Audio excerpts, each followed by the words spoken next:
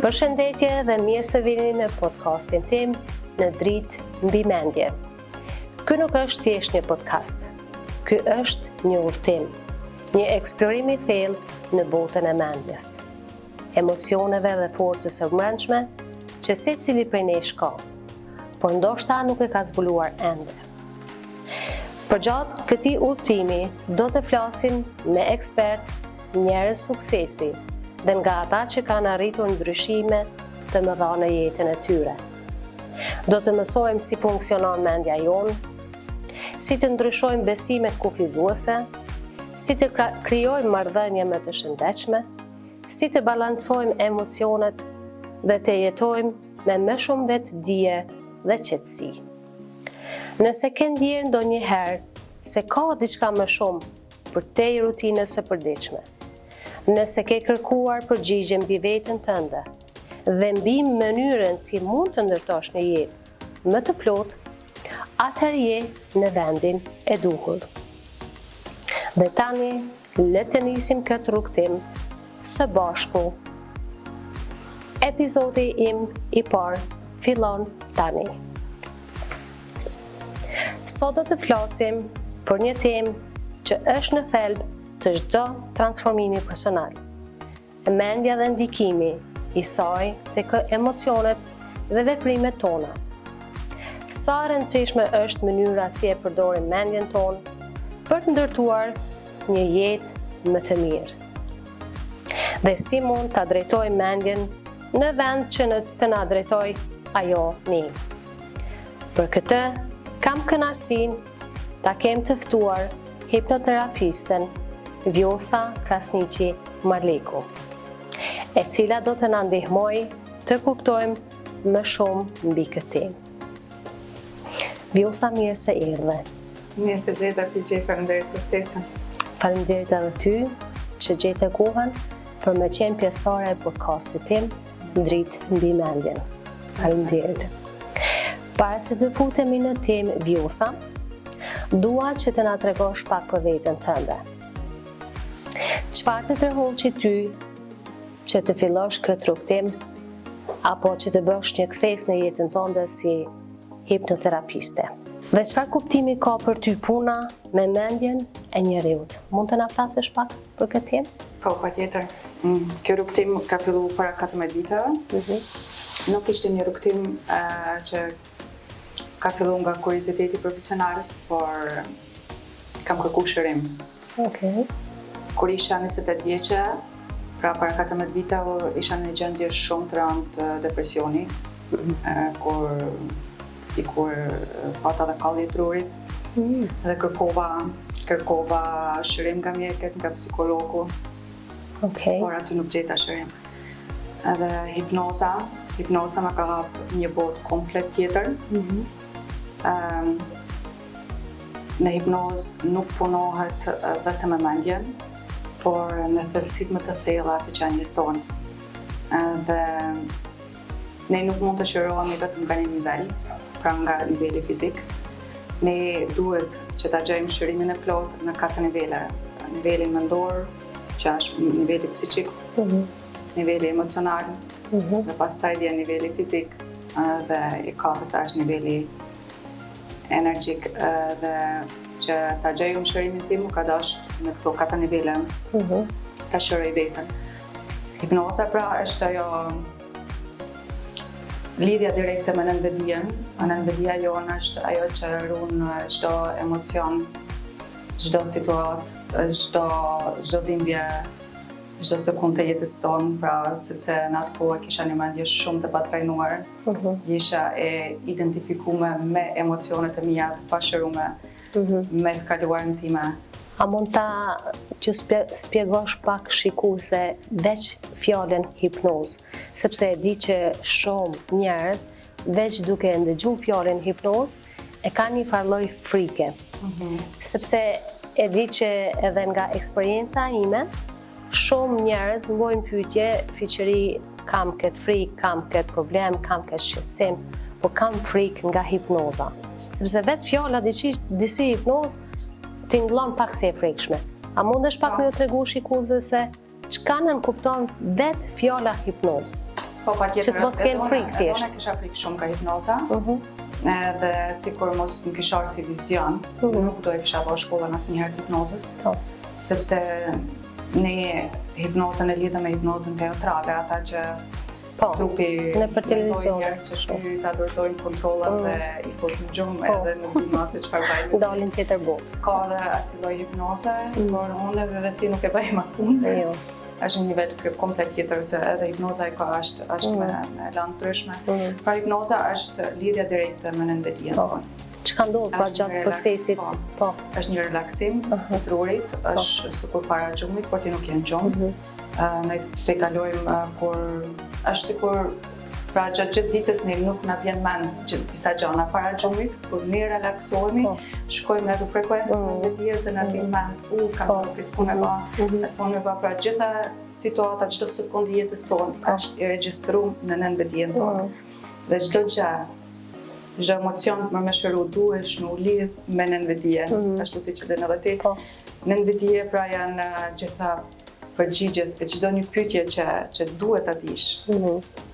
Çdo shkak i simptomave që i shkakton, pra unë e shoh si nëse nuk lidhemi me nënvedijen tonë, ne nuk mundemi as të shërohemi, kjo është bindja ime. Pra puna ime, puna me mendjen është për mua puna më hyjnore që mund ta bëjmë.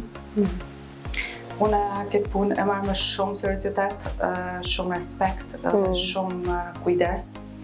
Sepse e di që mendja është ajo ura që na lidh me botën e brendshme dhe botën jashtme. Ne mendja jonë na shkput komplet nga thelbi jonë.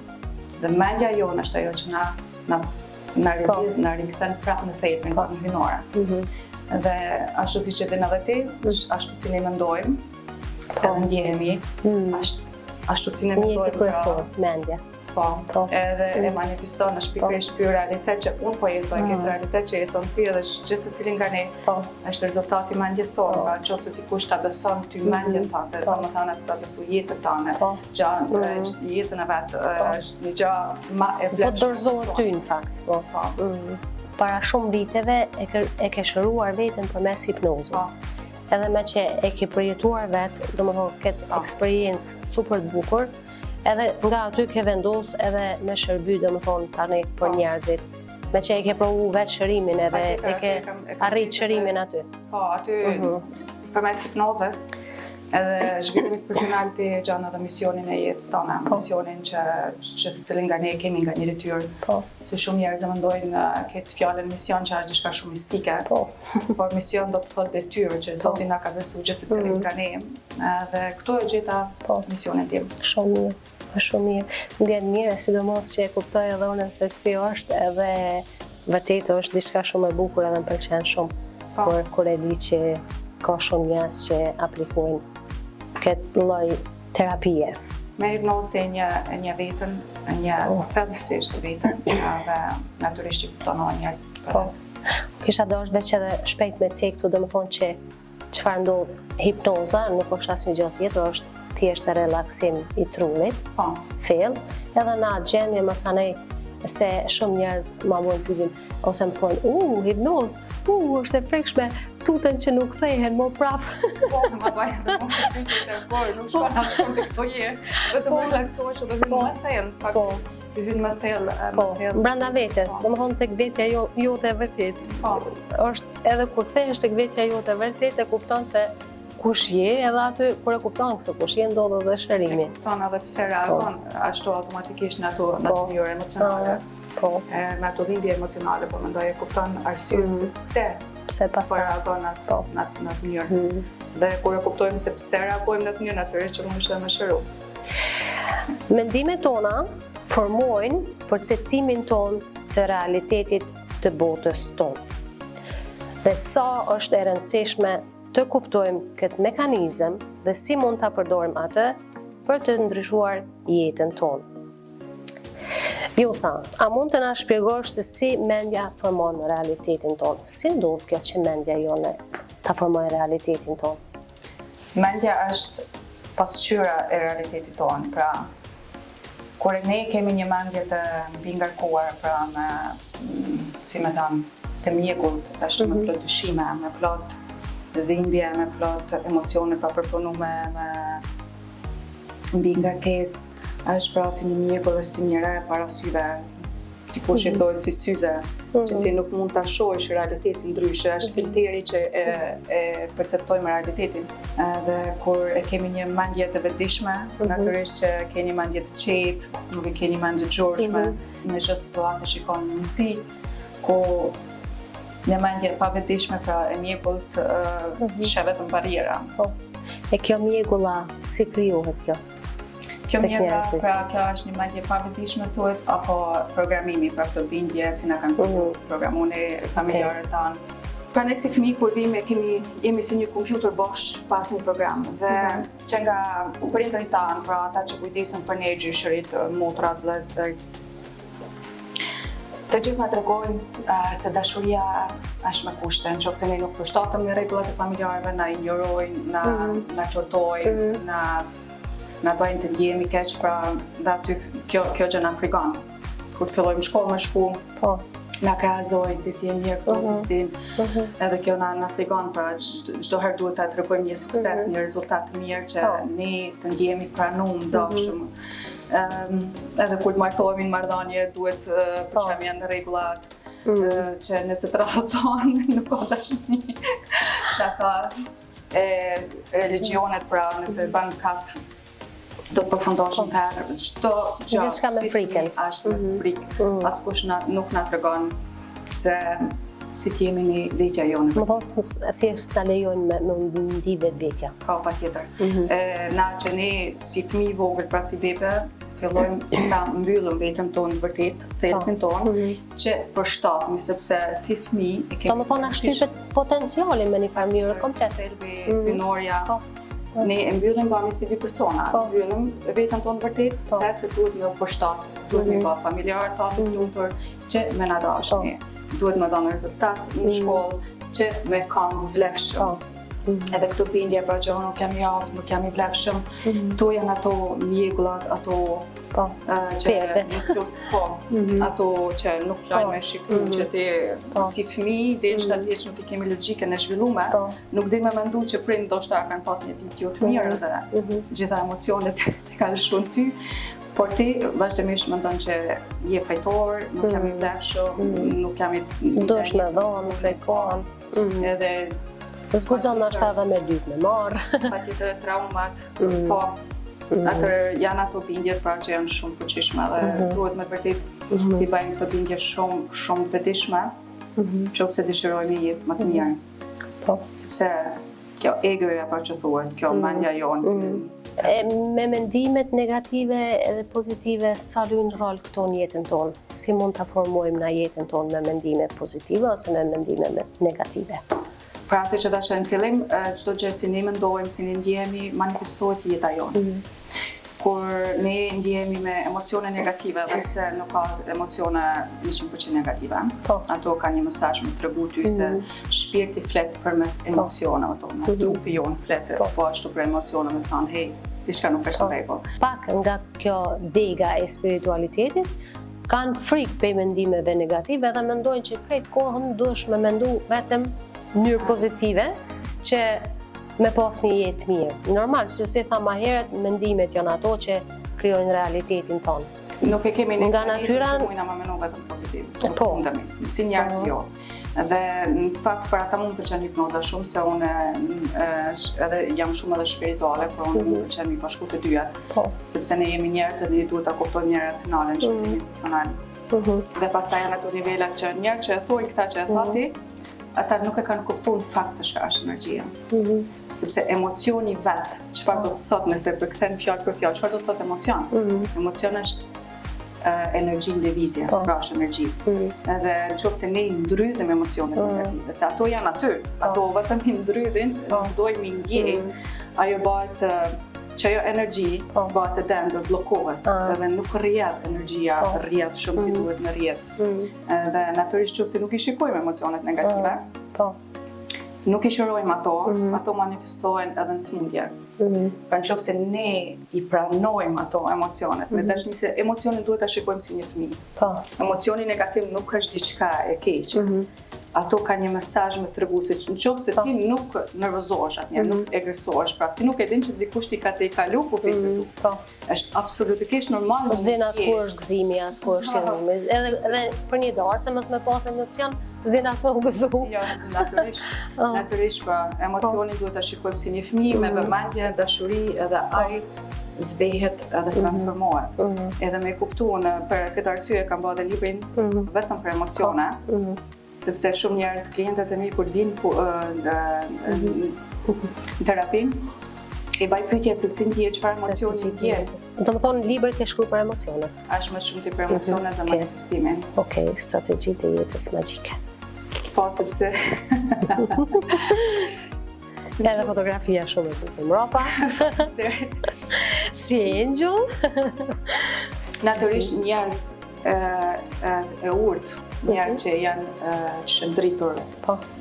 Ata i marrin emocionet, e kam cekë në libër, i marrin emocionet si diçka shumë pleshme dhe i shikojnë sepse kanë mesazh. Është një mjet i mirë. E ka një mesazh, me të vërtetë nëse e kupton çdo emocion, se çfarë do të thotë ky emocion. Pikërisht, nëse e kupton mesazhin, ti shkon në drejtim por ti është navigacioni joni i brendshëm. Unë kështu e quaj. Varet se çfarë emocioni ki e kanë mesazhe të ndryshme. Nëse i ndrydhim, ato bëhen më të fuqishme që ato dojmë me dhënë mesazhin. Por nëse ne nuk e marrim mesazhin, pra sigurisht ato që e thojnë nuk bën me ndjenjë emocionet negative, ato manifestohen diku edhe në smundje. Dhe kur vjen smundja, atëherë s'ke çfarë pa i dëgjuar, kështu që atëherë ato thonë ktheu tash lirojem pak, merru pak me mua. Ato nuk i ka kriju Zoti kot. Po. Vjosa, mundesh më na tregu se si mund ta identifikojmë edhe ta ndryshojmë një mendim që na pengon? Për pari duhet ta bëjmë vetëdijshëm mendimin. Çdo gjë duhet ta bëjmë vetëdijshëm. Si të bëhet diçka vetëdijshme vetëm gjysma e ndryshimit, gjysma e transformimit ka ndodhur. Pa kur e dim se çfarë mendimi kemi edhe natyrisht ndryshojmë me mendim pozitiv. Vjosa, mundesh më na tregu ndonjë rast kështu konkret nga përjetimet e tua, nga eksperiencat e tua me seancet e tua, që ndoshta i ke mbajt kështu në mend që ke bërë një transformim shumë të madh, dikush një arritje shumë të madhe? A ki diçka kështu që konkret? Po, natyrisht kam shumë. Po mu shkam fascinojnë janë njerëz që kanë përvu ndoshta 2-3 herë me mbit veten. Me përfundu jetën. Ata si kanë lullëzu, si janë transformu komplet. E këtu ka dallim mosha për këtyne njerëzve? A janë ma shumë të ri, për shembull, adoleshent, apo... Ata ishin ai që ishte i pari që ka ardhë tretën herë që ka dash më në gjujtë nga 2 majtë kat. A ishte diku 24 vjeç. Dhe tash ban koncertet e tina dhe vazhdimisht çdo koncert që shkon. Ndërkan është dash me intervenu shumë këtu te... Vetëm një herë ka qenë. Vetëm një herë? Edhe mos një viti ka ardhë prapë edhe një herë. Për që ata e du shumë hipnozën. Po, edhe unë shumë, a shkon mahnice transformimi tina, ka befasu se... Po. Natyrisht nuk ka... Çfarë ndjesie mundet me konë kjo për ty? Po, aja... është tepër e bukur. Po. Me ndihmu dikuj. Për ata unë jetoj, për ato njerëz që si vinë me një fytyrë ashtu shumë mërzitme, kur dalin buzëqeshur, është për mua kjo është për mua. Një triumf i madh, triumf shumë i madh. Ka shumë nga ato që, sidomos për femrat që kanë ashtë një pikë dobët, janë femrat që janë të abuzuar seksualisht, edhe janë në gjendje shumë të rëndë, depresioni, dhe ato kur ishe transformimin e tyre, shërimin e tyre, natyrisht kjo më pasionon dhe kjo më jep ashtu vullnet. Po të ndjej komplet. Po të ndjej komplet. Ka shumë ose njerëz që janë, ku ato që janë mbi 50 vjeçe, që fillojnë me hap firmat e tyre, me realizu, afër 60 vjeçë ishte një që ka realizu ëndrrën e saj. Kjo, disi kjo një pjesë di ato fluks hormone si thuhet hormonet e lumturisë. Po. Edhe une, për shembull, këtu e kom pas se hipnoza nuk është thjesht vetëm kur jemi të smur edhe duhesh me shku vetëm për shërime, po une për shembull një rast që e di, një person ka fillu me shkru një libër. Edhe nuk ka pas thjesht motivim gjatë shkrimit librit, edhe e kalon. Se ka ndjek, pak pretesa e kështu me radhë, me një seancë hipnozës, mrena 2 jave e ka përfundu librin, edhe me shumë sukses, bile edhe ka pas shitje shumë të mirë. Është vërtet e ato është. Këto gjëra më fascinojnë vazhdimisht çdo ditë. Ka qenë edhe një bukser që e ka pasur bindjen që nuk guxon me pas suksese, sepse këto bindjet janë vetëm që të paralizojnë, bllokojnë komplet. Pra e ka pas bindjen që nëse fitoj, nëse kam sukses në vdes një person i familjes, edhe kishte sjell gruaja ti tek unë. Sepse ajo mendon nëse fiton, des dikush i familjes, çat bindje ka. Po, edhe ishte shumë i fuqishëm dhe në momentin që ka dash me përfundu me ajo bloku.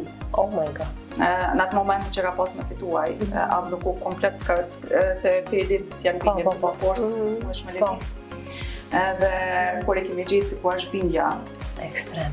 Ajo liru dhe tash ka disa në fillim ka shkru, më ka falendëru vazhdimisht, tash e shoh që ka 2-3 ato shkolla që je për boks, ka për fëmijë, për grade. Me të vërtetë kjo më bën shumë të lumtur kur i shoh sukseset e njerëzve. Këtu kisha dashur të thonë që hipnoza është edhe ajo autohipnoza që na ja bojmë edhe vetes tepër fuqi, sepse na me fjalë hipnotizojmë veten, qysh unë për shembull e praktikoj këto edhe të fëmijët e mi, vajzës teme të vogël, kur dorëzohet, thotë mam, s'po moj me ec, jam lodh, unë veç ja bëj kështu, wow, çfarë komt forta, komt e tua janë si çelik. Shishi sa shpejt po ecin edhe veç kur ja nis me po. Edhe na mrrim atë ku dojmë. Edhe masën e bën kur të mrrim atë, se tani mo nuk i tham kur gjë. Domethënë bindjet vijnë edhe në bazë se çka flasim na në shumtën e kohës. Apo, normal se edhe nga programet që i kemi marrë, po edhe nga biseda që i bojmë dhe më thonë gjatë gjithë kohës. Aso vetëm e keni dëgju, se mos të këne shqiptarët e kemi zakon që të shtëpia se ditë se kemi si e rritit, se në frim e rritë ne kemi pasat jemi rritë me të frim që shpi nuk guxon me përfundu asë njëherë, duhet që ka me ka në prishme që mos më ndodhi shka e keqe. Edhe kjo ndikon shumë tek suksesi i njerëzve. Pra ata nuk ja lejon, sepse është në ndëdia jonë, pra mendja jonë është ajo që na bllokon, që mos me arrit sukseset dhe njerëz atër e quajnë këta fat, nuk është që Zoti po dënon apo të sfidon. I kena disa gjëra që duhet patjetër me jetu në jetë, po jo gjitha. Pra këto bindjet duhet bëhen vetëshëm dhe t'i kuptojmë dhe t'i ndryshojmë, sepse këto janë ato që nuk të lajnë suksesin. Unë e thonë çdo herë është mirë me kuptu njerëzit që mendja donë siguri. Edhe mendja, kur donë siguri, ajo nuk na jep neve hapësirë për me kriju diçka tresë. Ajo do me qëndru në zonën e komforit. Do me thonë s'don me dalë jashtë kufive. Ajo një ashtu, mendja një që nuk guxon me pas sukses, që vdes dikush, edhe në invidia jote të blokon, që ti mos me arrit sepse është me vdek dikush, është një dhimbje shumë e madhe. Pra, këtu nuk punojnë kundër nesh, por për ne, por nëse nuk i kemi në kontroll, ato janë atë fakta i program nuk është për ne. Sa rëndësishme është mendja dhe vetëdijsimi. Carl Jung thoshte, derisa të bësh të ndërgjegjshmen atë që është e pavetëdijshme, ajo do të drejtoj jetën tënde dhe ti do ta quash atë fat. Vjosa, sa është e rëndësishme të kemi një mendje të vetëdijshme dhe si mund ta ushtrojmë atë të pavetëdijshmen? Pra, kam thënë në fillim që çfarë është mendja e pavetëdijshme. Pas pari duhet ta marrim, kjo është një vendim që ti e merr. Mendja e pavetëdijshme është për kjo programimi, si na kanë treguar ne se si duhet me qenë, kush jemi ne, këto bindjet si jam e mjaftueshme, nuk jam e aftë, pra kjo është ajo mendja e pavetëdijshme. Dhe nëse ne kjo është një zhvillim personal i një fëmijët deri në 7 vjeç, pra ne programohemi deri në 7 vjeç, 7 deri në 12 janë ato mekanizmat mbrojtëse që i krijojmë pra identiteti samore dhe bllokojmë veten. Dhe me këtë zhvillim personal, pra kjo mendja vetëm atë programim e nje. Edhe unë e them vazhdimisht, është më të vërtetë edhe ishme me qëndru gjithë jetën me një programim të një fëmijët, sepse nëse ne kur e bëjmë programimin tonë, e dim që këto frika që i ndjejmë, është ai fëmiu i brendshëm, ai fëmiu i vogël që i ka përjetuar se si fëmijët ndjehemi pa fuqishëm, pa mbrojtur. Mbrojtur ndoshta ndjehemi nga familjarët s'mundemi ndryshu, për ata ndjehemi pa fuqishëm, me ndryshu diçka dhe si e rritur ne harrojmë që i kemi këto programe të fshehura. Dhe natyrisht, pra që është shumë e rëndësishme. I harrojmë edhe si jemi hiç të vetëdijshëm. Po, komplet. Dhe kjo është egoja që thuhet, kjo është që nuk je ti ai programimi që të kanë treguar se si duhesh, apo ti e ke perceptuar ashtu, ti e ke si më thon, e ke gjykuar situatë për shembull në atë mënyrë. Janë ato programimet e tua një fëmijë të vogël, pra nuk je ti, edhe është e rëndësishme. Këtë pjesë e kam cek edhe në librin tim, është pikërisht çdo gjë e cekma se si kemi 3 pjesë trurit, pra është më të vërtetë shumë e rëndësishme të kuptojmë edhe pjesën më të vogël të trurit tonë, pra atë modusin e mbijetesës që vetëm reagon. Kur ne jemi në atë pjesën e frikës, pra që pse ka kriju Zoti atë pjesë të trurit tonë, është sepse kur ne sulmohemi nga dikush që të ikim, apo të luftojmë, apo përpara ka pas 7 stegra, mekanizmi i trurit është i njëjtë si para mijëra apo miliarda vjetëve që u kriju njerëzimi. Një pjesë animalisë është ende ne njerëzit, gjendet ende brenda neve. Natyrisht mekanizmi i trurit është i njëjtë akoma, dhe tani jemi në një kohë evolucionare që po ndryshon, uroj që ndryshon kjo që këtë pjesë, këtë modusin e mbijetesës nuk i kemi më të nevojshme. Njerëzit nuk kem nevojë me ikmo prej. Po, prej 70 tega që këtu s'kemi. Kjo është e nevojshme për mbijetesën, nëse vjen një makinë shpejt dhe ti logjikon, pra se kur jetin këtë mbijetesën, logjika bllokohet, për ata njerëz kanë në provime blackout, logjika është e bllokuar, nuk mundesh ti me mendu, edhe më hyn në vetëm ditë ato përgjigjet. Pra kjo është e nevojshme kur është një makinë shumë e shpejtë. Nëse logjikon aty që majta po ndjat, natyrisht makinat përfshin. Po, sigurisht. Të më thonë, na duhet një pjesë. Është nevojshme për me mbijetu, por jo tash për shembull në kohën moderne tani si jemi pak që ke stres. Mendja dhe nënvedia nuk e din asnjë çfarë është realiteti. Ti jep informacion, jam në rrezik, që jam të vonë punë, do më nxjerrin nga puna, pra ti jep një alarm rreziku, dhe te i kalon mbijetesë dhe atë ndjen dridhje, njerëz më ka A mundesh me thonë se bëhet edhe një farë lloj varësie këtu? Për shembull, me frika? Natyrisht nëse ti nuk e merr përgjegjësinë me çetsu mendjen tënde, me thonë ashtu, okay, nuk është rrezik asgjë. Ajo badi kur... Këto i bjen nëse na nuk di me menaxhu mendjen tonë, na menaxhon ajo neve komplet. Natyrisht për ata kanë njerëz ka shumë stres, për ata kanë ataka paniku, çfarë është reaksionet që si i vrenë, se çfarë reaksioni është ataka paniku, ke raje të shpejta të zemrës, pse është kriju me kjo, sepse ti duhesh me pas adrenalin për me ik. Njerëz se ke vrejt që lëvizin shpejt që nuk mund me qetë, ata nuk e dinë se i kanë ato reagime. Për shembull, dikush vjen kështu edhe komen non-stop. Janë në stres, apo tash para kamera kemi shumë problem daljen. Domethënë në sistemit nervor, informacion është rrezik, sepse pra mendja jonë dëshiron gjithmonë të na mbrojë, që mos turprohemi, na bllokon pak, se ndoshta si fëmijë jemi turpruar para njerëzve ku kemi folë. Edhe kjo Pra, një mendje të pavetishme e fut në ndjetesë. Edhe ose ti dikush pra i ndjen ato simptoma që ndjen si paralizuar, pse është kjo? Por e kanë sulmu pra shtastegra apo arusha kur vjen ti nuk guxon me lëviz sepse ajo të shef. Nëse nuk lëviz, ajo nuk mundet me të pa. Për ata trupi ngrihet. Apo kjo që është me ik, ti nuk e din as vetë pse, ki e raje të shpejta të zemrës, është ik se po të sulmon luani, edhe pse nuk e kemi një po mekanizmi funksionat. Ka njerëz shpesh e ndëgjon të e thanë se vinë të unë në terapi që thojnë nuk i ndjej durët, shputet e kambe. Se është kjo, sepse përpara pra kanë jetu njerëz në atë kohë në bujë, se u dash me ik në për egërsirave, për pjeshka dhe ti mos mi ndjej dhimbjet, tik ndjesia e durve. Ti mundesh me ik edhe nuk ndjen dhimbja, se nëse ndjen dhimbje ti s'ke fuqi mund gjit me ik. Pra çdo gjë është simptomet që janë me ty është gjithçka në rregull, nuk i them njerëzve me ty është gjithçka në rregull, ti po funksionon për mrekulli, domethënë asgjë nuk është keq në ty, vetëm se ki alarma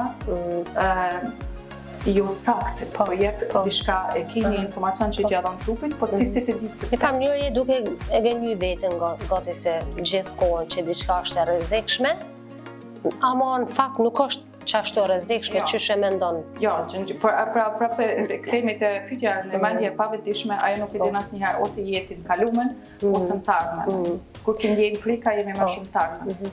A ki ti këtu ndonjë mënyrë ose ndonjë teknik si më të veçantë, po tham? Për shembull që me u tregu njerëzve se si me u kthy në të vetëdijshme, po si të vetëdijsohen. Po, meditimi është shumë e mirë, meditimi ta qetëson mendjen, kur ta kemi një mendje qartë, qetë, natyrisht që kalon prap. Nuk kemi në të zhurme në të luftet mendore. Pra, por unë e preferoj shumë vetë dialogun. Për mua është kjo. Çka për i bjen kjo bashkë? Ti komunikon me vetën. E për ceki prapë librin. Libra është i cekum, po e tregoj këtë teknikën pra spari, por ti nuk ndjesh mirë. Për ata po i veshgoje vetën, unë 90% kam veshgoj vetën, vazhdimisht pse po ndjen keq. Pra spari bën pyetjen se është e lehtë kjo pjesa për me veshgu veten, sepse fillim jo. Shumë njerëz thonë ç'është me veshgu në veten, ç'është është e mundshme. Duket një punë shumë punë. Duket që po e mashtron vetë, sikur diçka me afirmime, besoj që do të ndalim ndoshta ato afirmimet më vonë. Po kjo më duket është puna me vetën tonë, fillim është e mbi ngarkuar duket. Është sikur makinën kur filloj me mësu me vozit. Po, sigurisht diçka e re. Ja, pas shyrat më shikoj derisa të shikosh më të çangarupa. Por dikur bëhet automatike edhe me përsëritje. A ki e patë tu një teknikë të veçantë diçka? Po. Pra unë meditimin që ceke veçse. A ka edhe diçka tjetër apo afirmime? Vetë dialogu, po jam ashtu që i ban pyetje pra për teknika që po mendova me nda. Me shumë tasi do të tregoj një teknikë që është teknika më e preferuara e imja. E kam cekë edhe në libër. Libër natyrisht që është më gjërësisht, por unë do ta them shkurt që nuk i kemi edhe kohën ndoshta edhe gjatë. Pra, po marr parasysh se ku gjendin në çfarë situata je, kjo teknikë nuk është për ata njerëz që ndoshta kanë përjetu trauma horrore, kanë përjetu abuzime seksuale apo vdekje familjare, këta ju kisha lutur njerëz që të marrin me të vërtetë kontakt me një terapist profesionist që është, mos provojnë me bëjë gjëra vetë, sepse kanë sulme histerike. Pra pa marrë parasysh se ku gjendesh, e para duhet me pranoj realitetin që je. Pra a gjendesh në trafik, apo je në situatë që ty nuk pëlqen. Unë mendoj se ky është problemi kryesor pse shfaqet atak paniku edhe ankthi, sepse njerëzit thjesht nuk e pranojnë jetën aktuale siç e kanë tani. Po, ata krahasojnë më shumë me realitetin e dëshiruar, pra për ata edhe krijojnë emocione negative, se po i definojmë tash emocione negative. Pra ti bën pyetjen herë ku je me mendime, pse reagon kështu, se jo gjithmonë mund ta vrejmë se çfarë emocioni po ndjejmë apo se ndjehemi ashtu. Pas pari, nëse je në trafik, pra ne natyrisht që krahasojmë sikur shkojmë më shpejt të shtëpia do të kishim kryqë gjatë, pra ata nervozohemi, stresohemi se kemi mbetur në trafik. Pra e para duhet ta bëjmë vetëdijshme që pse ti e saboton veten, nuk e ndryshon realitetin. Pra çdo gjë gjithmonë kemi dy gjëra. Ose pranojmë edhe shikojmë se çfarë mund të bëjmë ato, ku është dorata këto. Pra, kjo për mua është shëndritje. Kur në çdo situacion për ti, e para duhesh me bëhet vetëdijshme çfarë po ndje, cilën emocione ndje. E dyta, pra kur ta gjojsh emocionin, atëherë ti e bën një pyetje që për mua është ajo pyetja më e rëndësishme e vetësim, pra se shumë kjo quhet transformim kur ti në çdo situatë, pa marrë parasysh çfarë është e gjatë doratën, pra. Ku është pozitivja këto? Qofse sikur Po pëlqen kjo pjesa që po thu me bë pyetjen, kjo është edhe një diçka që thuhet për shembull, kualiteti i pyetjeve që ja parashtron ti vetes tënde, përcaktojnë edhe kualitetin e jetës tënde, po. Shumë e vërtetë kjo.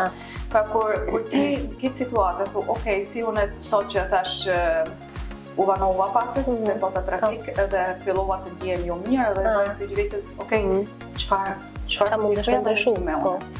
Pra unë e krahasova se tash kam thënë pyetjet vinë këtë moment edhe unë vanova, stresova pak.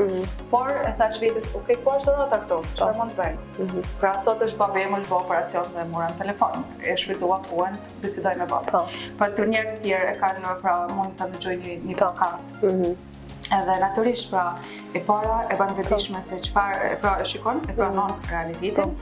E bën vetëdijshme cilën emocion e ke dhe ku është dorata këto, çfarë mund të bësh ti në këtë situatë. Pa marrë parasysh çfarë situata është. Sepse edhe situatat më të vështira që ne na duken, e ka një dhuratë, është për menaxhim diçka. Edhe gjithçka ndodh me arsye. Po. Sepse ne për shembull nervozohemi, ne shkënjehemi, ne si them të lëndohemi, nuk ndryshohet realiteti.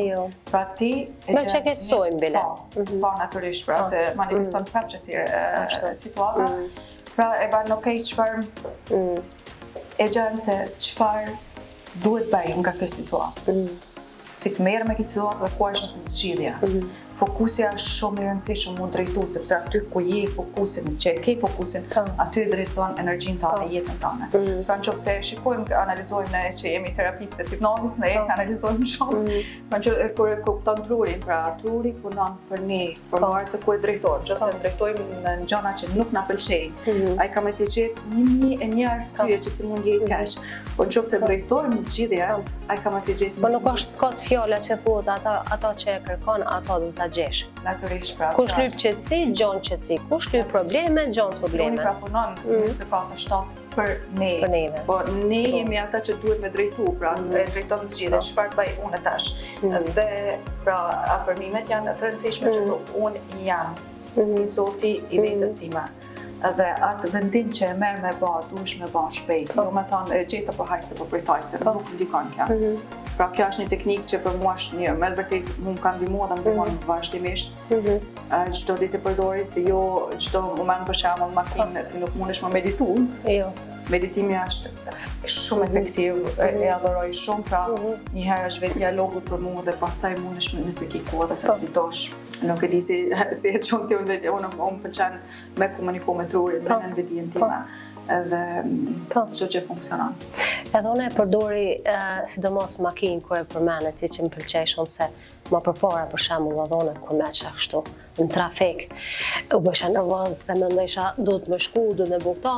Tash çdo herë unë e them shoqër që ndodhe se po e shfrytëzoj me pushu pak qëto, edhe thjesht unë shkoj masanaj të reflektoj vetën se kur jemi non-stop në zhurma edhe në lëvizje edhe në shtres, se njerëzit shumë për shembull nuk e kuptojnë asnjë fjalën shtres, çka do të thonë se stresi nuk është veç për shembull me ngojt veç me trup, po stresi është për shembull kur ti je qëtu, po mendja është gjithkund.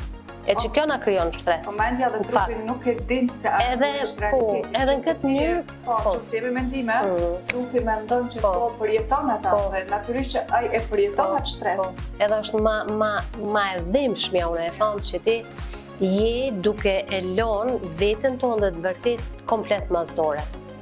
Komplet mazdore. Edhe për që ata tani vinë këto shqetësimet, vinë pakënaqësitë, jo i lumtur sepse ti s'po ke kur për veten tënde.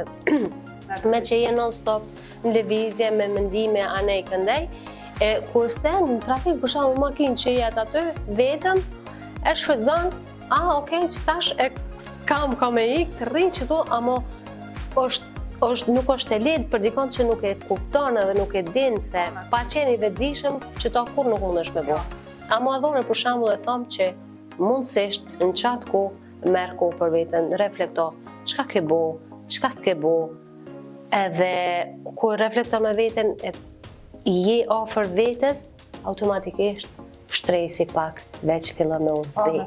Në qoftë se mendojmë vetëm se ai ma bën këtë, kjo nuk më pëlqej, natyrisht që ti vetëm agresohesh, nervozohesh, krijon emocione pafund negative. Kryesorja pra është thjesht me pranu momentin, jo veç ditën ndoshta ose ku ta diu në shka, ama momentin aktual. Tani ku ndodhesh, për shembull, na që jemi ulën këtu të dyja bashkë, thjesht me kohë këtu, sikur tash na jemi komplet prezent. Se jemi këtu me mendje, me trup edhe me krejt. Kjo gjë kam harru për rreth me jam këtu prezent. Po, as koha mo nuk ekziston, domethënë, absolut hiç, as nuk të intereson kërkush mo, domethënë je thjesht këtu. E mënyra më e mirë edhe gjoja më e vetëdijshme është kur na rrim çet nivel. Thjesht me kohën këtu. Për mua është transformim total. Edhe kjo është meditim me sy hapur. Teknikat për të ndërtuar një mendësi të fuqishme dhe të qartë. Shumë njerëz e kalojnë jetën duke besuar se nuk janë të aftë për ndryshim. Por Tony Robbins thotë, ndryshimi ndodh në momentin që vendos të mos pranosh më asgjë më pak se sa vlen. Si mund të fillojmë të ndërtojmë një mendësi më të fuqishme dhe të qartë vjosa? Pra, ndërsa vërtet që thon prapë njëjtën teknikë. Nëse ti vazhdimisht e bashkon vetën, si flet ti me veten tënde, dialogun e brendshëm pra. Se na vazhdimisht njerëz e tham prapë është e dhimbshme për njerëz që vetëm reagojnë ndaj jetës, ato që janë spektatorë të jetës tyre, jo regjisorë të jetës tyre. Pra është e bajnë mendja atyre është monolog, vetëm çka thot mendja vazhdojnë e bajnë pa. A mundesh ndoshta edhe me na cik disa besime kufizuese që i kanë njerëzit? Besimet kufizuese që mas shumë të njerëz që kanë janë unë nuk jam i vlefshëm, nuk jam i aftë, edhe nuk jam i drejtë më Nuk di, nuk mundem. Nuk jam i aftë, po. Në fakt ka plotë, po ka mira, edhe ndoshta më tepër, por këto që janë mas shumë të njohura janë këto, dhe thuhet që unë nuk jam i mjaftueshëm, nuk mundesh me transformuar bindje asnjëherë. Pse nuk mundesh? Sepse njerëzimi duhet më zhvillu. Nëse ti ke bindjen unë jam mjaftueshëm, ti nuk zhvillohesh me te. Dhe çdo gjë në këtë planet, si planetin tonë, si univers, çdo gjë zhvillohet, çdo gjë është lëvizje. Kjo është edhe një arsye pse njerëzit e krahasojnë veten me tjerët, apo sepse ata non-stop janë me besime kufizuese se nuk dinë, sidomos se kjo pjesa që unë nuk di mjaftueshëm, automatikisht ty çon në mënyrë të pavetëdijshme në krahasim me të tjerët. Sepse kur mendon që ti nuk je mjaftueshëm, fillon me imitu dikon tjetër. Natyrisht, pra, kemi cekë në fillim ashtu që as të prit tonë nuk kemi mund me qenë lidhja. Në fundit, çdo gjë çfarë bëjmë për me na dash dikush. Përfundimi që vjen është për me na dash dikush. Pra, edhe kur ta bëjmë këtë vetëdijshme që ne nuk kemi nevojë me pas rezultate, me pas diploma, me pas pasuri që ne jemi të vlefshëm, që ne na don dikush, vetëm kjo na jep qetësi. Sepse kur ne vazhdimisht e kemi si qëllim sukseset e gjanat dhe nuk i arrim ato çfarë do në momentin tonë, jemi në stres, edhe te kalon natë dhe vjen atë e fajsojmë veten, viktimizohem. Po, këta viktimizim edhe që e kisha preferu njerëzve është me komuniku me veten si me një shoqe apo një shok të zemrës që e kanë. Sepse ne jemi shumë zërsh me veten. Nëse e vëzhgojmë dialogun e brendshëm. Na jemi kritikus më të mëdhej vetes tonë. Çfarë flasim ne? Ti si je normal, ti si je jaftë, ti si bëhet më thënë aq dashur jemi me veten. Por sikur e bën njëtin gabim shoqja apo shoku i zemrës, e ofendon aq shumë. Jo, nuk e ofendojmë asnjëherë. Një person hajtë se s'ka lidhje tjetër në herë më mirë. Vetes nuk i thojmë, pra duhet më mësu me kanë me dashur me veten tonë. Edhe për të nëse ma lejon për viktimizëm, e di që njerëz ndoshta nuk e ndëgjojnë me dëshirë këta që do të them. Njerëz viktimizohen se është më lehtë. Kërkojnë vëmendje. E para, ja vërtetojnë vetës se në çdo gjë që bëjnë është për veten tonë së pari. Gjithmonë kërkim të vetes. Dikush tjetër është fajtor se unë isha i fuqishëm, unë isha i aftë me bagja, por është fajtor me Zafixhi dhe unë nuk mundem se kjo është fajtore. Pra ndërzon komplet fuqinë e tij për shkak që është më e lehtë. Pra nëse ti merr përgjegjësi, për ata zhvillimi personal fillime nuk është shumë e lehtë se ti duhesh me marrë përgjegjësi, duhesh me konfrontu me njerëz, sepse jo gjitha gjërat i toleron atë. Gjana që të mendojnë, duhesh me komuniku, duhesh me tregu njerëzve se ku i ke kufitu, cilat janë vlerat tua që mos ti te i kalojnë ato, mos ti lëndojnë vlerat tua, sepse për ata avantin brenda i ki emocionin regjistrohet në trup ajo, pa që tu ti mirë jetoj energjinë, pa jetu emocionet tua, pa i ndjej, ato nuk transformohen. Çka mendon ti për këtë pjesën se mu që kjo për shembull personalisht më pengon shumë që njerëzit gjithmonë kërkojnë me gjetë fajtor. Pse ndodh që kjo? Unë po të pyes ty, e di se pse, ama pse na gjithmonë duhet me kërku fajtorin? Çka na sjell kjo nëse e gjejmë fajtorin për shembull? Mu më duket e dhimbshme që nëse e shikojmë gjithë botën, Gjithë botën është e bota, pa dyshim. Njerëz që viktimizohen, i japin qendrën e vëmendjes, ju ndihmojnë. Me marrë qendrën e vëmendjes, viktimizohen. Unë jam se dhe si fëmijë, pra nëse prindërit tanë nuk na kanë shikuar pa qenë net smur, ose pa pas ndonjë çka që kemi qaj, nuk na kanë shikuar. Pra ti vazhdimisht vazhdon që të mekanizëm e vazhdon që të programa edhe kur të rritësh. Viktimizohesh shpëtësen me marrë qendrën e vëmendjes personi tjetër. Me kërkon dashuri me një fjalë. Po natyrisht, edhe ka frikë që nuk e dojnë njerëz të duhet më viktimizu, pra është e rëndësishme që ne mos t'i japim qendrën e vëmendjes njerëzve që viktimizohen. Nuk e kam fjalën për njerëz që janë me smundje. Por nëse ne japim qendrën e vëmendjes dhe ja kryjmë gjanat e tyre, nuk i lojmë ata persona më zhvillu. Pra ne më shumë i dëmtojmë ata njerëz se sa i ndihmojmë. Unë i kisha preferuar njerëzve mi u dhënë qendrën e vëmendjes njerëzve që nuk viktimizohen, njerëzve që kanë bëjnë suksese, kanë arritje, sepse ata janë inspirimi jonë. Qofse ti ki suksese më inspiron edhe mua si një grua që thamë se ka arrit Fixhi, edhe unë mund të arrit. Pse mos më dhënë ty qendrën e vëmendjes, pse ty mos më të supertu. E kupton pse duhet me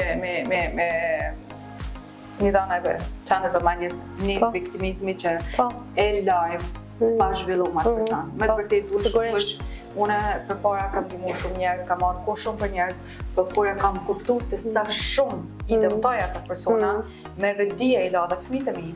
I la që ata më mësu që jeta ka zbritje dhe nuk muna me kalu jetë. Nuk është ditë 24 orë. Pra duhet më e ditë se si mu sjellë në çdo situatë. Duhet me ditë që fëmia, edhe në situata që nuk i pëlqejnë, situatat vështira, se si më reagu. Ligji i polaritetit. Po natyrisht kjo është rëndësishme, kjo është fillim këtu, po është i pambarë.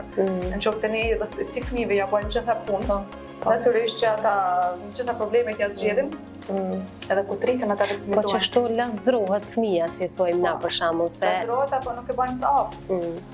Se aja kjo tipike që thojmë na, është i lasdrum, a din?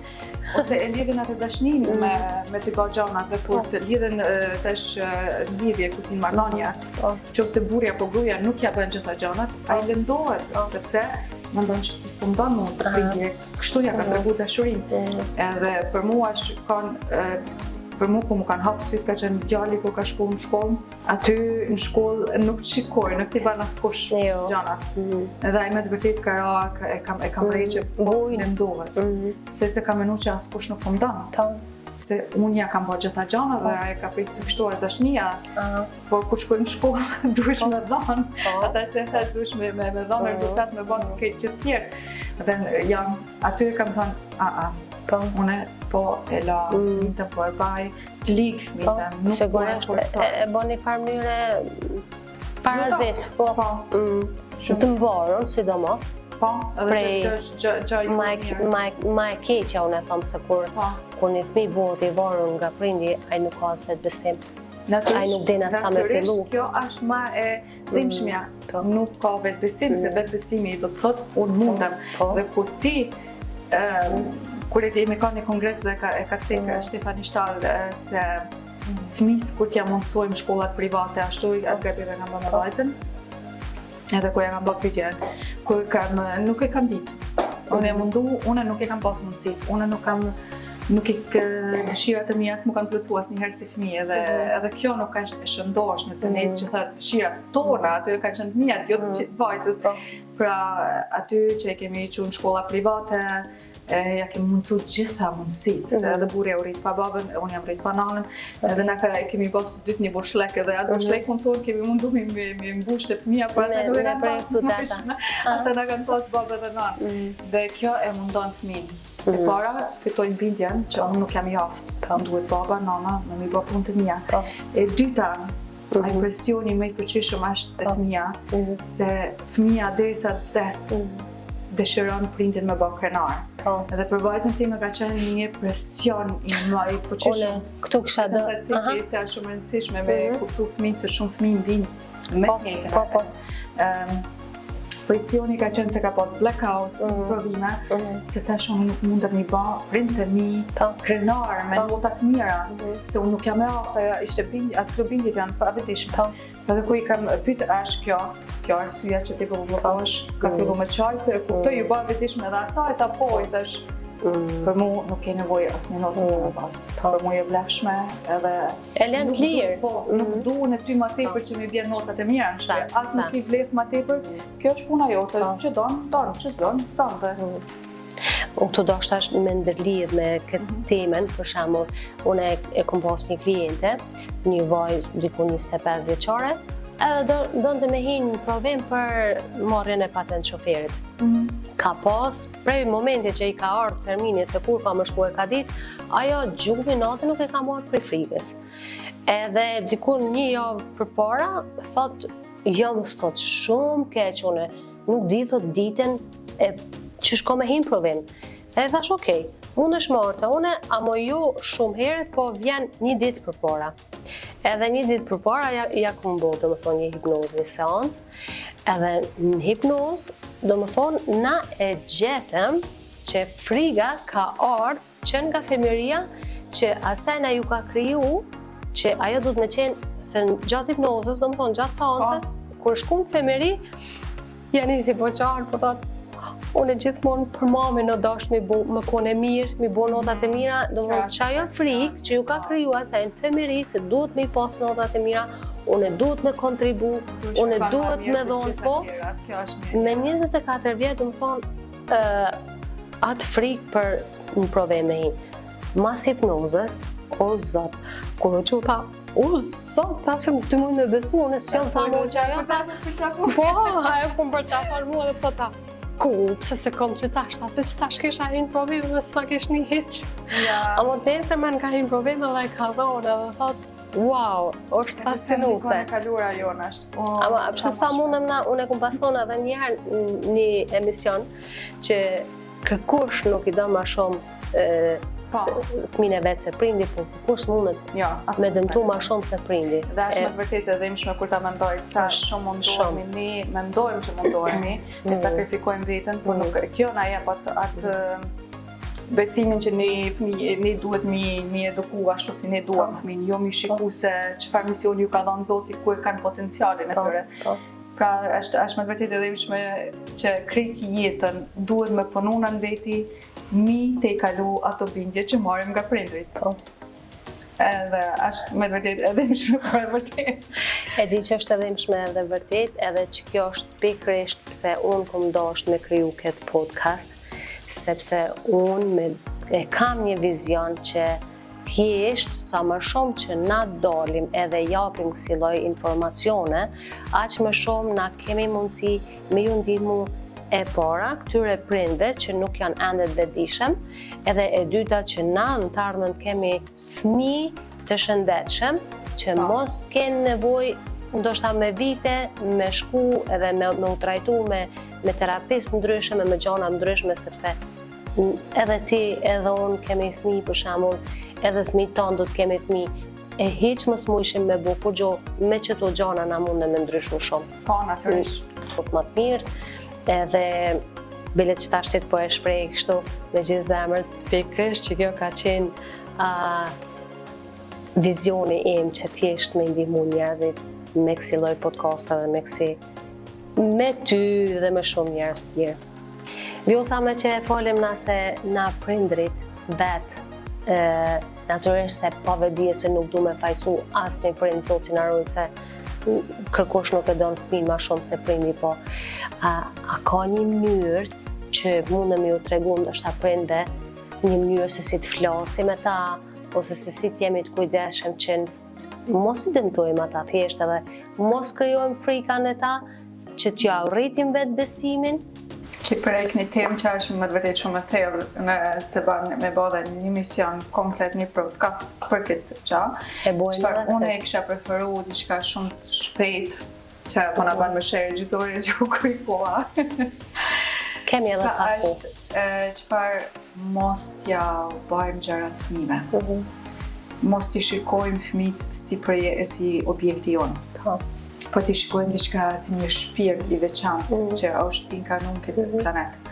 Pra mos m'ja zgjidh problemet, por me shiku vetëm me qenë prezent, edhe me dhëru dashuri dhe qenë vëmendjes patjetër, por me shiku si reagon fëmia jonë. Si me ashtu beshkim edhe si çuditëm si reagon fëmia im në këtë drejtim. Edhe ka shumica që këtë vitin ka fillu më shumë kam klienta fëmijë, edhe pse është shumë e dëmshme në vërtet. Se di se kohëve të fundit shumë e ke prek edhe këtë temë ti me postimet e tua. Edhe kursi për ashtu që e kam menduar me ndihmu prindve se kursi është për po nëse dojmë një fëmijë ta kemi me për familjar, domethënë për prind edhe për dedikohet më shumë për fëmijët. Po, është si ti bëjmë fëmijët e fuqishëm, është për prind edhe për ata që dojmë u përgatit që të bëhen prind, sepse unë jam aty mendimi, ashtu si ne duhet për çdo gjë të mësohemi. Unë nëse kisha pas drejt do e kisha ndalë dikant që nuk guxon dikush për shembull për mendimin tim u bë prind pa i dhënë disa provime. Pa mësu se si bëhemi prind sepse na e kemi instinktin se di si kur je bati nanë, si ke reaguti, disa gjana instinktivisht i bëjmë, pra dim se duhet me ushqy beben, por kur të fillojnë me u rrit fëmija, aty nuk na ndihmon instinkti, aty jemi edhe ne në proces, edhe ne jemi të sigurisht, të herë, përjetojmë për herë parë, gjithçka sidomos me fëmijën e parë. Po, edhe sfidohemi edhe është më se dhimbshme se prind e shikojnë vlerat e veta që tek fëmija atyre, fëmija duhet me bë doktor, duhet me bë ajo, kjo, për shkak që ti mu krenu, ti mu tregu me krenari, si më thanë. Fëmija nuk duhet me mendu që vetëm me rezultate, me suksese është i vlefshëm. Nëse ne fëmijës mujmë ja dhanë ndjenjen, se është i vlefshëm,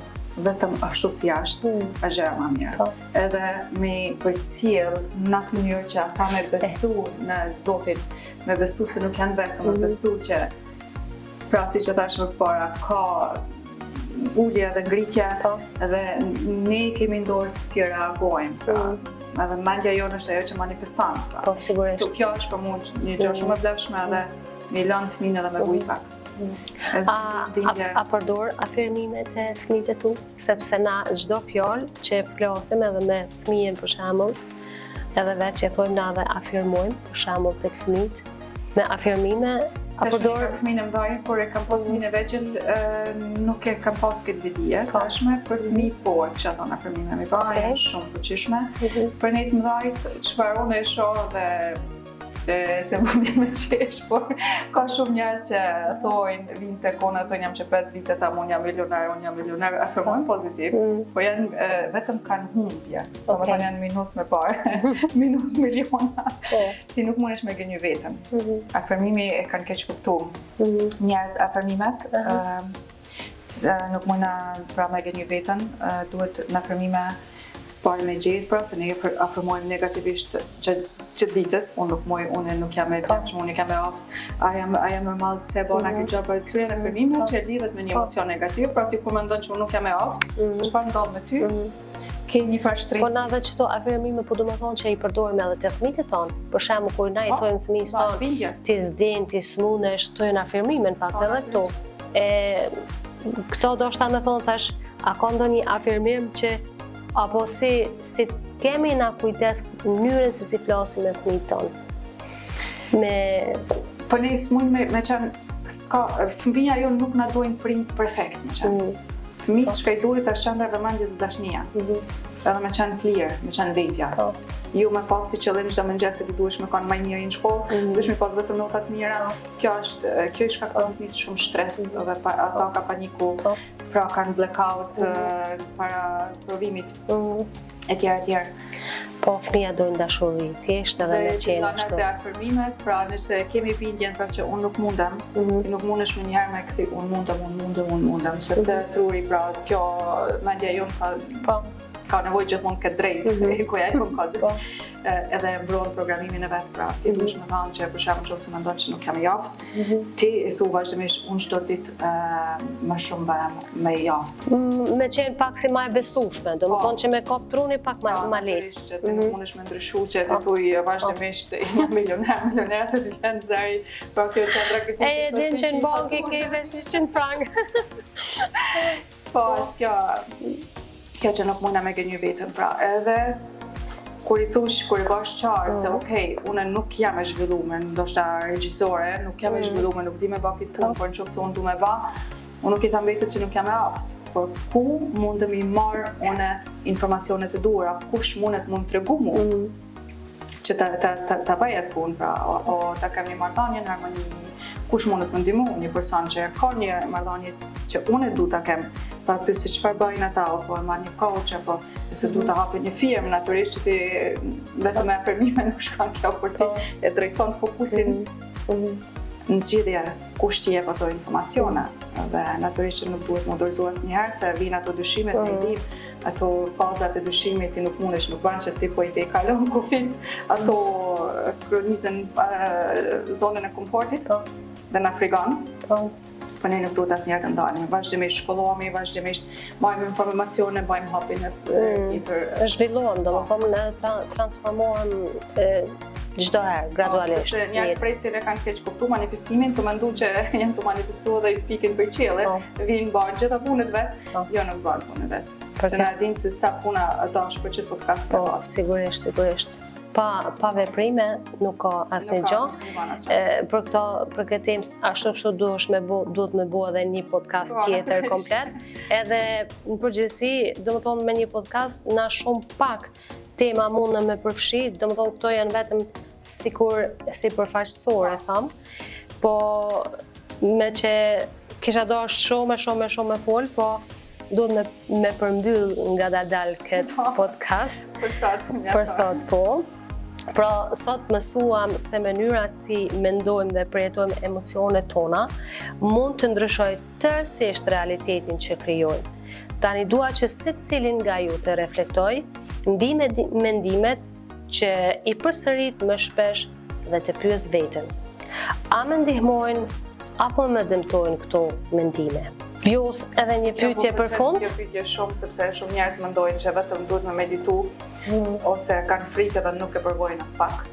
Unë e them gjithmonë, Zoti na ka falë logjikën për një arsye, logjikoje, apo ndihmon, a nuk ndihmon, nuk ke nevojë me u frigu, sepse ti mundesh me logjikoje dhe vetë se çfarë bën mirë, çfarë jo.